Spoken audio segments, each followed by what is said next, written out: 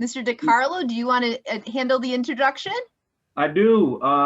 Welcome, Hawkins Road Middle School. Glad we could put this together so that you could meet and ask some questions of my good friend, Mr. Bob Perschetti. We have been friends for about 8 years now, since an honor flight.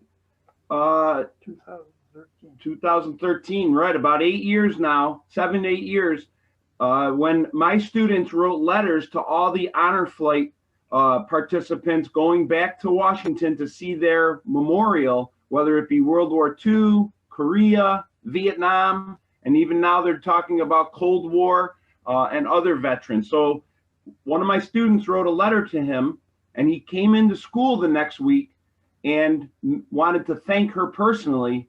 And our friendship has grown since then, as I get to have breakfast and go on trips and go to the World War II Museum and all the other things that I've been able to do with him as a result of this connection. So sharing him with all of you, and Mrs. Latini has had him in her classes over the years, is an honor for both of us.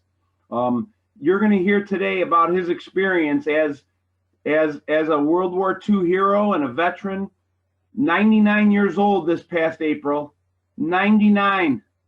So he's got a lot of experience from everything that you're going to see in American history class since the Great Depression to today. So without any further ado, this is Mr. Bob Perschetti. Good morning, and welcome to my interview. I grew up in a family of 10, and there's just 2 of us left. I just lost one, my youngest sister, a little over a month ago in Cleveland. And so living through the Depression, I had a hard time. We grew up in a coal mining town of Pennsylvania, southwestern Pennsylvania. My dad was a coal miner, and there was no work at all during the Depression. And so at that time we had no welfare or anything. We had to depend upon our garden that my dad grew, and that was some of our early day works, growing tomatoes, peppers, and different vegetables, and that carried us pretty much through the year. We also raised some chicken for the eggs and the meat, and some ducks and different things. So growing up during the Depression was very bad. Nobody had any money. There was no transportation. The only transportation we had was buses, but you had to pay for it. And so it was kind of rough growing up during the Depression. And then getting to school, we had only 8th grades in our community where I lived. And after 8th grade, you didn't have to go to school. You were finished, because we had no high school, and the only high school we had at that time was in the city, about 8 miles away. And if you wanted to go to high school, you had to pay for your bus fare. There was no buses, no transportation, and so the only way I was able to get through high school was I was a newspaper boy, and I made a few pennies and paid my way by writing with a fellow for my freshman year, and it cost me $4 a month at that time, and I was able to scrape up enough to get through that first year. And then the second, third, and fourth year, between hitchhiking to get to school, I was able to make it through the 4 years. And I graduated in 1940. And after high school, there was no jobs. So the only the only thing that I was able to do, and what a lot of the fellas did, was go in the service. And my mother wouldn't sign for me at the time because I was only 18 years old. So I says, well, I'm going to join the CCC camps, and that is the Civilian Conservation Corps. And so I was sent to Idaho in 1941, January 41. I went in the CCC camps, and I served my 6 months, which was the time that they allowed you to, and that was one of the types of jobs that was put up by the Roosevelt administration during the Depression to allow the younger fellas to get some work. And so at the time that I got there in Idaho, the snow was like 3 feet deep, and we worked in the woods and cut trees, some of the big hemlocks. And my job was trimming the branches and burning them. So that was the winter job. And then when spring came, we planted trees in the springtime, some of the burnout areas. And then after 6 months, I came home, and there was still no jobs. I finally got a job. And then when I was 20 years old, I said to my mother, I said, I think I better join the Navy. I don't want to go in the Army because my draft number was coming up very soon. And so I joined the Navy. And the day that I joined the Navy, my draft notice came in. And so anyway, I joined the Navy, and the recruiter told me, don't worry about it because they said you're already in. So I ended up in a boot camp in Bainbridge, Maryland, spent like 5 weeks, I guess, because they were just building the facilities down there. And so then they sent me to radio school.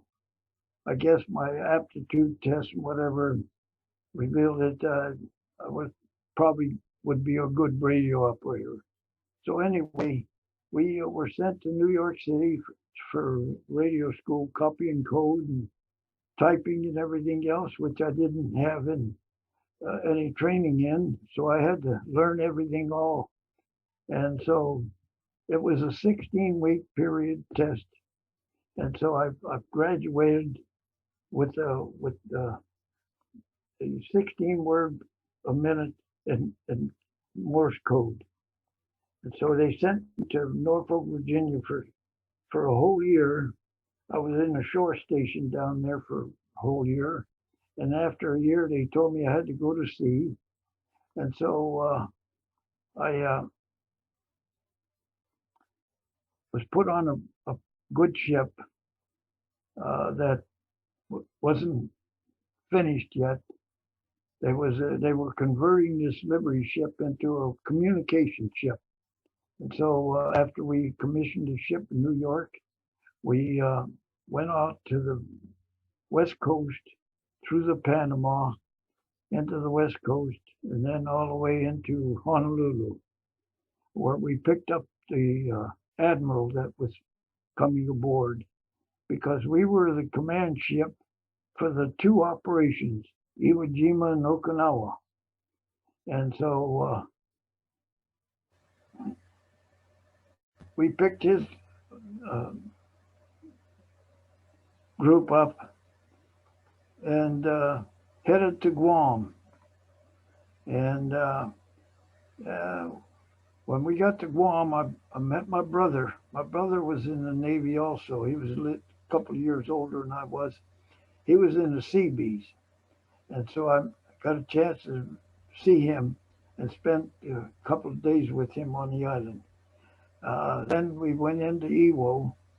And before we went into Iwo, we had a mock invasion on Saipan. So when we got into Iwo, we were there 3 days before the invasion, and they bombed that island 24 hours for 3 days. You wouldn't think anybody would be alive on that island. There was so much smoke that you couldn't hardly see the island from where ship was on. Anyway, they went ashore on the 19th of February of 1945, and some of them didn't get off the ships because they were fired on from all different directions. From Mount Suribachi, they had these underground caves and all over the island, and so it was a real bad first 3-4 days until they were able to secure part of the island. And then after, I think it was 3-4 days, when I saw the flag, I was up on deck that day and I watched them raise the flag on Mount Suribachi. And I saw the flag go up once, it came down, and then they raised it again for the picture that you probably all know about. And so anyway, after they secured the island, we had General Smith aboard with his staff, and then he went on the island and set up his headquarters. So after he left, we left and got ready for Okinawa. Oh, great. And so anyway, we were waiting for the big invasion of Japan, but it didn't materialize because Truman had ordered the atomic bombs. And so after the war, after the atomic bombs, Admiral Turner went up to the Missouri where they signed the treaty, and when he came back, he ordered our ship back to the States. So we came back to the States, and being one of the first ships back, we got a big band on the docks over there in San Francisco, and big lot of people waiting for us.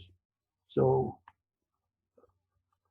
then we stayed in Oakland there, and at the time I had enough of points to get out of the service. They wanted me to stay in. I said no. I said I've got enough points. I said I'm going home. So after getting home, I just had 3 sisters living at home. Like one sister a couple of years younger than me, and the 2 young ones. And so I said, my parents had passed away. My dad had died before the war, November 41. He had Lou Gehrig's disease.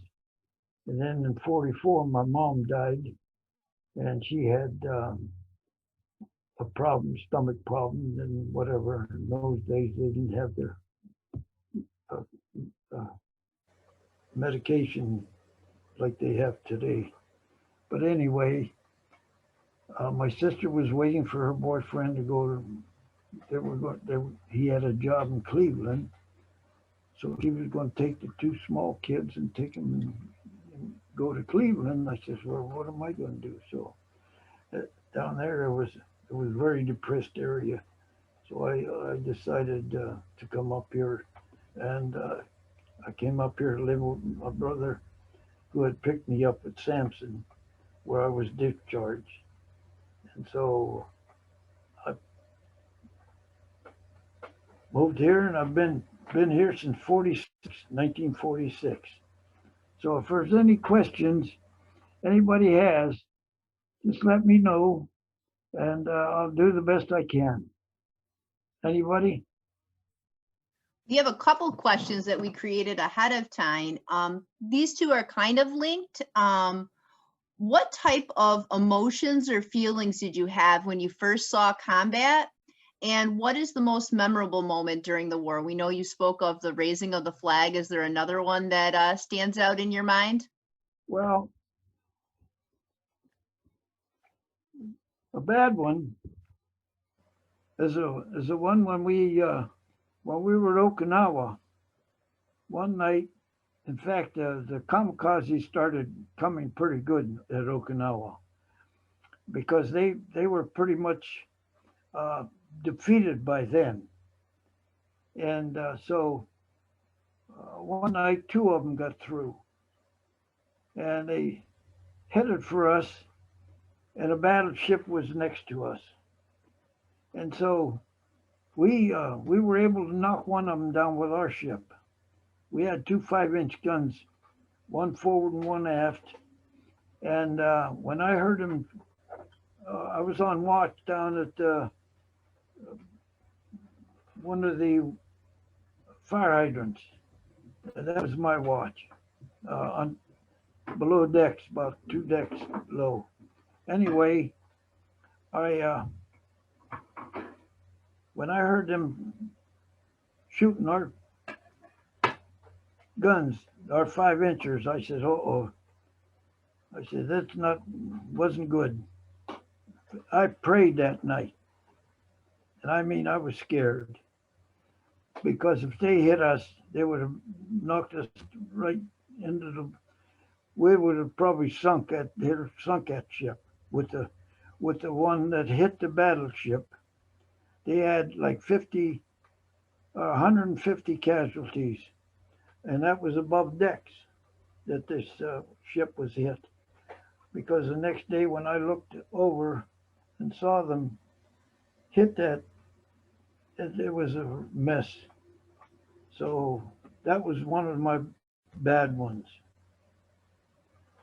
And so anyway, I think you had some other questions here that I wrote down.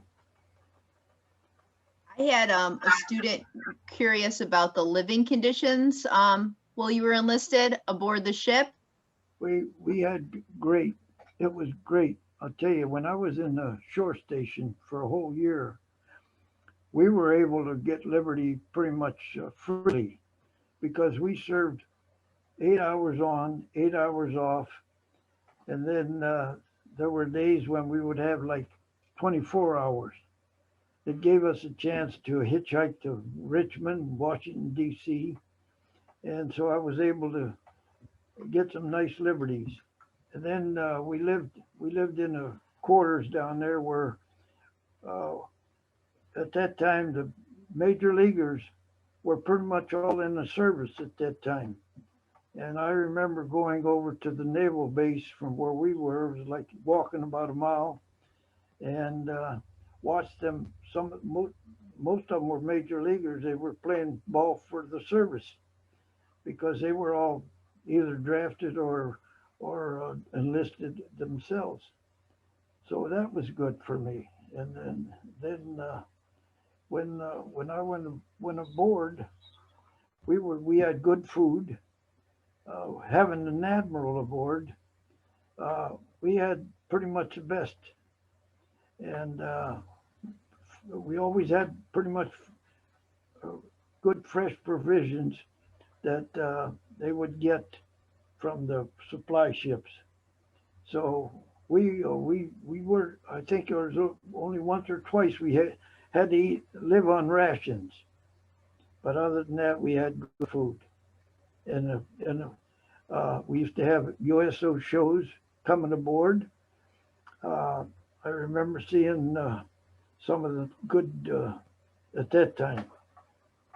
Kate Kaiser, Ishkabibble, and some of those old timers. And so it wasn't bad. I didn't mind the living quarters or living, but like I say, during the invasions and that we were in, there were a few scary times. And so, anyway, you asked if I knew of any fellas that was my friends that were killed. Yes, just one friend of mine, he was 18 years old when he enlisted in the Marines, just before I went in. And they sent him over to Guadalcanal. And he got killed on Guadalcanal. He was only 18 years old. Joe Buck Kobe. Yeah, in fact, I have his picture someplace. But other than that, then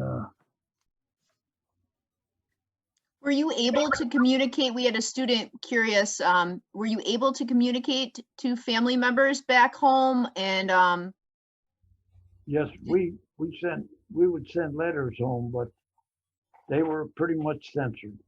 You couldn't reveal anything about your ship, where you were, or anything like that, because if you did, they would just censor it. And my brother and I, the way I was able to find out he was on Guam, because we had when we wrote, we had a communication where he knew just what I was talking about.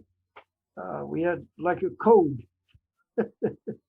And so when our ship come into Guam, he saw it. So he hurried aboard. And at that day, I had first day liberty. So I went ashore. So he came aboard and couldn't find me. So he ended up finding me over there on the shore where we had our liberty party. So I was able to get a couple of days and spend with him on ashore, and he took me all over the island. So that was a good time. Yeah. Okay. yes, I know we're also studying the Cold War, and some students had questions if you remember the duck and cover drills that were going on, or if you remember the kind of scare that there might be communists around us. I don't know if you want to speak to anything about the Cold War or anything like that. I don't know too much about the Cold War. Okay. Well, you talk about the communists. I remember 1939 when we had the communist people were trying to build up the communists, even in mining towns. That didn't last very long because those people were really after them. They wouldn't let them come out with any of that stuff at that time. So since then, I don't know. I know it's building up a little bit now, from what I can see.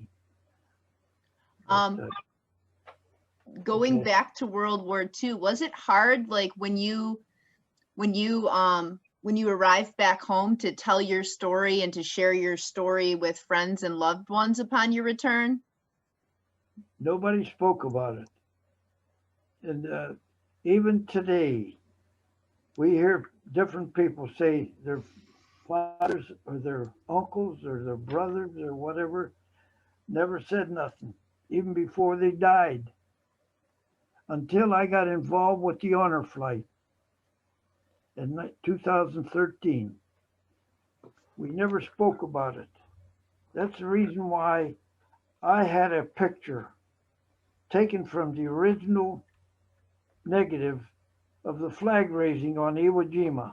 I had a little 3x5. I got into ham radio with my friends down in Virginia and North Carolina and Georgia and wherever they were from down the south. It was a net uh,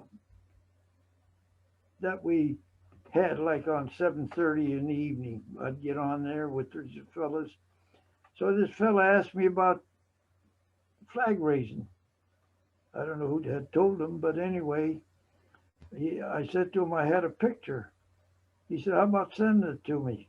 In those days, when I was in the ham radio, we never spoke about any copies or anything.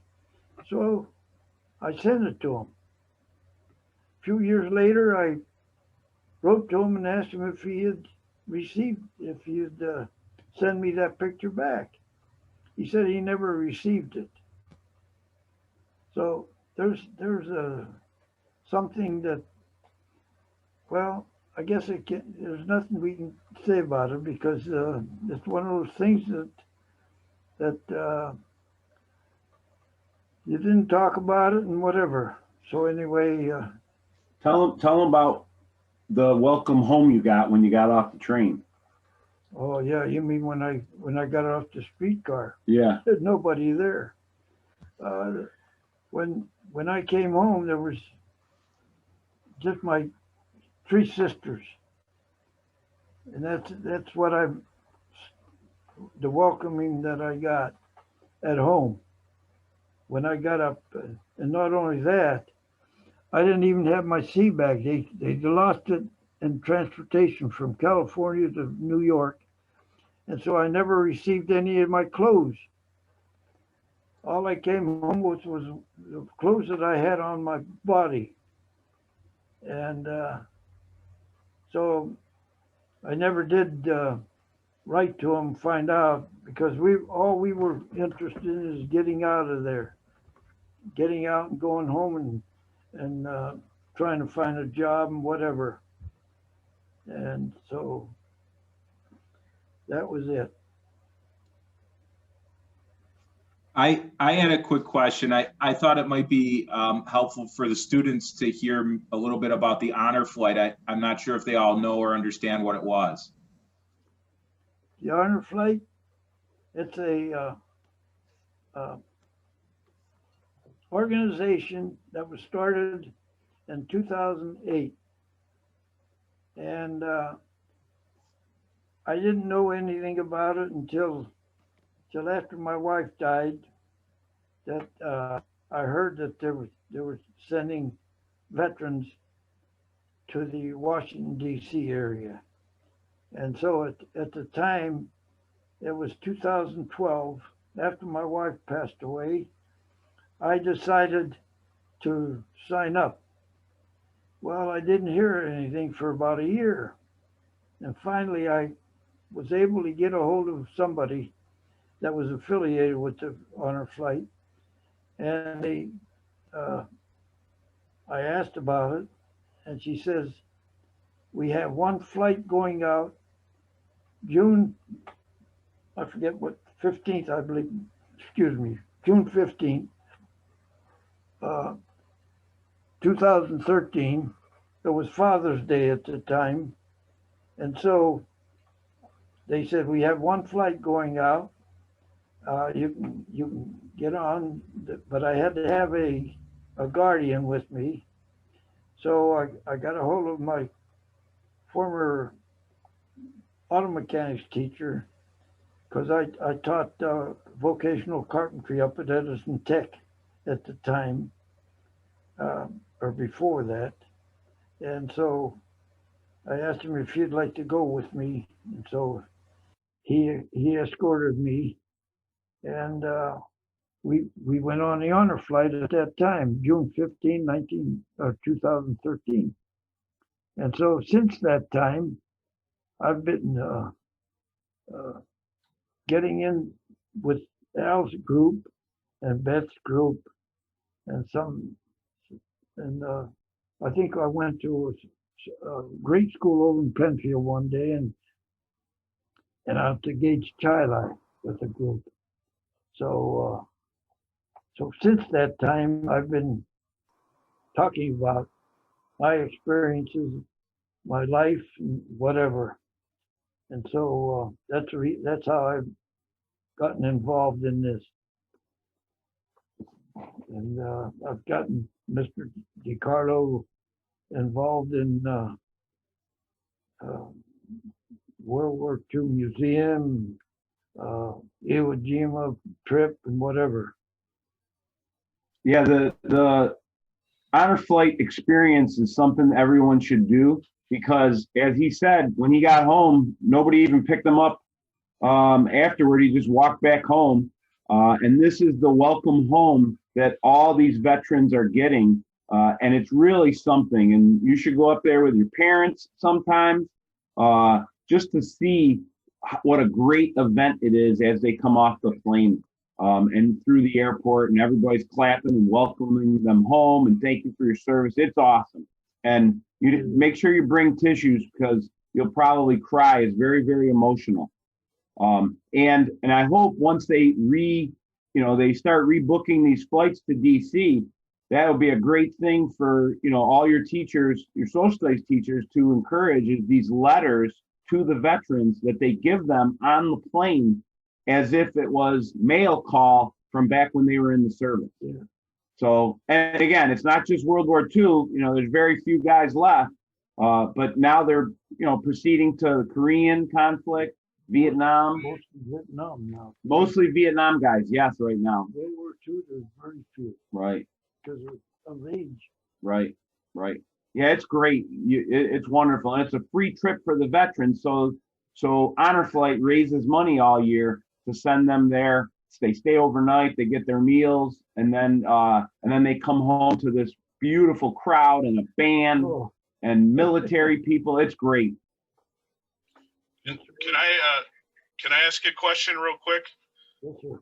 Hi, I'm Mike Fels. I'm the assistant principal. It's a pleasure to talk to you. My question for you is two unrelated things. One, when you were growing up as a boy, did you ever see any Civil War veterans in parades?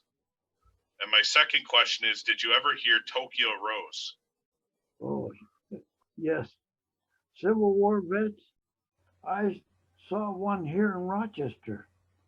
He was 105 years old at the time. He was in a parade, one of the parades back in 1950, the 51 or so. I can't remember when that was. But anyway, I did see one of the Civil War vets. But during my early days, there was mostly World War I vets. And even when I came out and joined the VFW, most of the fellows were World War I in 46.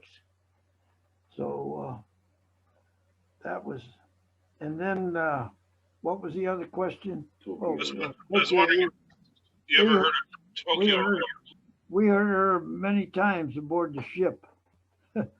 She'd get on there and make her lies. She'd lie to the people. But yeah, I heard her many times. The reason I brought up a Civil War question for these, especially for these kids, is, someday they think of the Civil War as such a very long time ago, and yet knowing there's people alive today that actually could have met and interacted with Civil War soldiers shows you how kind of young our history really is. And someday, maybe they'll have grandkids saying, "Did you ever meet anyone from World War II?" And they'll be able to say they did. Yeah, you're right. I remember in my travels going by some of the cemeteries down there in Richmond, and many were Civil War veteran cemeteries. Yes. So, yeah. We have a student question. Madison's an 8th grader here at Calkins, and she has a question. Okay. Did you think that the use of the atomic bombs was necessary? What was that? Did you think the use of the atomic bombs was a necessary way? I think so, because if it hadn't been, they probably would have fought till they died, because when they were in those caves, the Americans had to use flamethrowers in order to burn them out, to get them out of the caves that they were in, those underground bunkers that they had. It was unbelievable, because there were very few prisoners, as I said, and they just either killed as many Marines as they could, which that's the reason why they had so many Marines die on that island. There was almost 7,000, and it was terrible. But when we visited Iwo Jima, we had to be very careful. Our government in the late 60s gave it back to the Japanese, so it's their land again. 65. 1965, they gave it back. So when we were there, the Japanese allowed us one day of year to go back for the ceremony. And we were told, be very careful looking around in the caves. There might be some live ordnances still around. And it was kind of a huge graveyard for a lot of Japanese soldiers. So we had to be very careful when we were on the island. And there's nothing else. They have a hangar and they have a runway for an airplane. There's nothing else there. It's really just a huge cemetery. But do we have any final student questions? I don't know if I want to put her on the spot. Libby, did you want to ask your question or no? It's okay if you yes, don't. Yes, please. First of all, thank you for serving our country and sharing your stories with us. And did you have friends that served in Europe? What's that? Did you have any friends that served in the war in Europe? Europe? In Europe? Oh yeah, a lot of my classmates that died over there. There was, I forget how many of my classmates. I had a class of like 350 in my class, and I think they lost about 7 or 8 during World War II. Most of them were in the European theater. Yes, that. So there were many in my town. The little mining town that I lived in before I went into service, they lost, I forget what percentage of their fellows died in the service. They lost quite a few for the small town that I lived in, because there was, I guess most of the fellows that lived in that town went in the service during World War II, because there was no work around. So they all joined the service, either Navy, Marines, or the Army. And so they had one of those big boards with all of their names on them, and a lot of them never come back. Yeah. Anything else? I think we have one more question. Ella, see that your hand was up. Do you have one question that you want to share? This will be our last question for today. Yeah. What was training like? Training. Who was this? What was training like for you? Well, my training wasn't very much, because at the time they were building Sampson, they were building Bainbridge, and they were building another training camp in Idaho. And the only thing they had pretty much was the barracks. The drill fields were not built, so there was no way of drilling outside. The swimming pools were not built, so there was no way of swimming.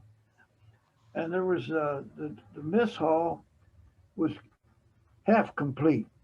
They didn't have much room in the mess hall, so they just had to drill you the best they could in the mud, and I mean it was mud.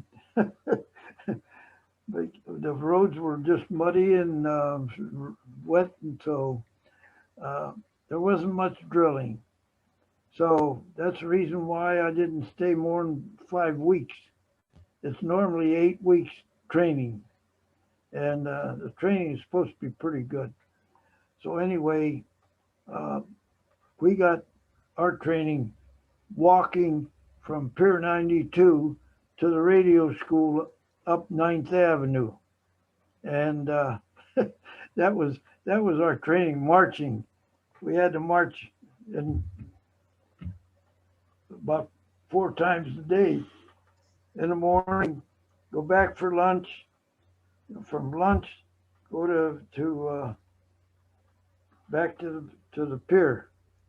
And that wasn't very nice living on that pier, I'll tell you. It was cold. I got sick. Also, the chow was, they had ptomaine poisoning in one of the lines.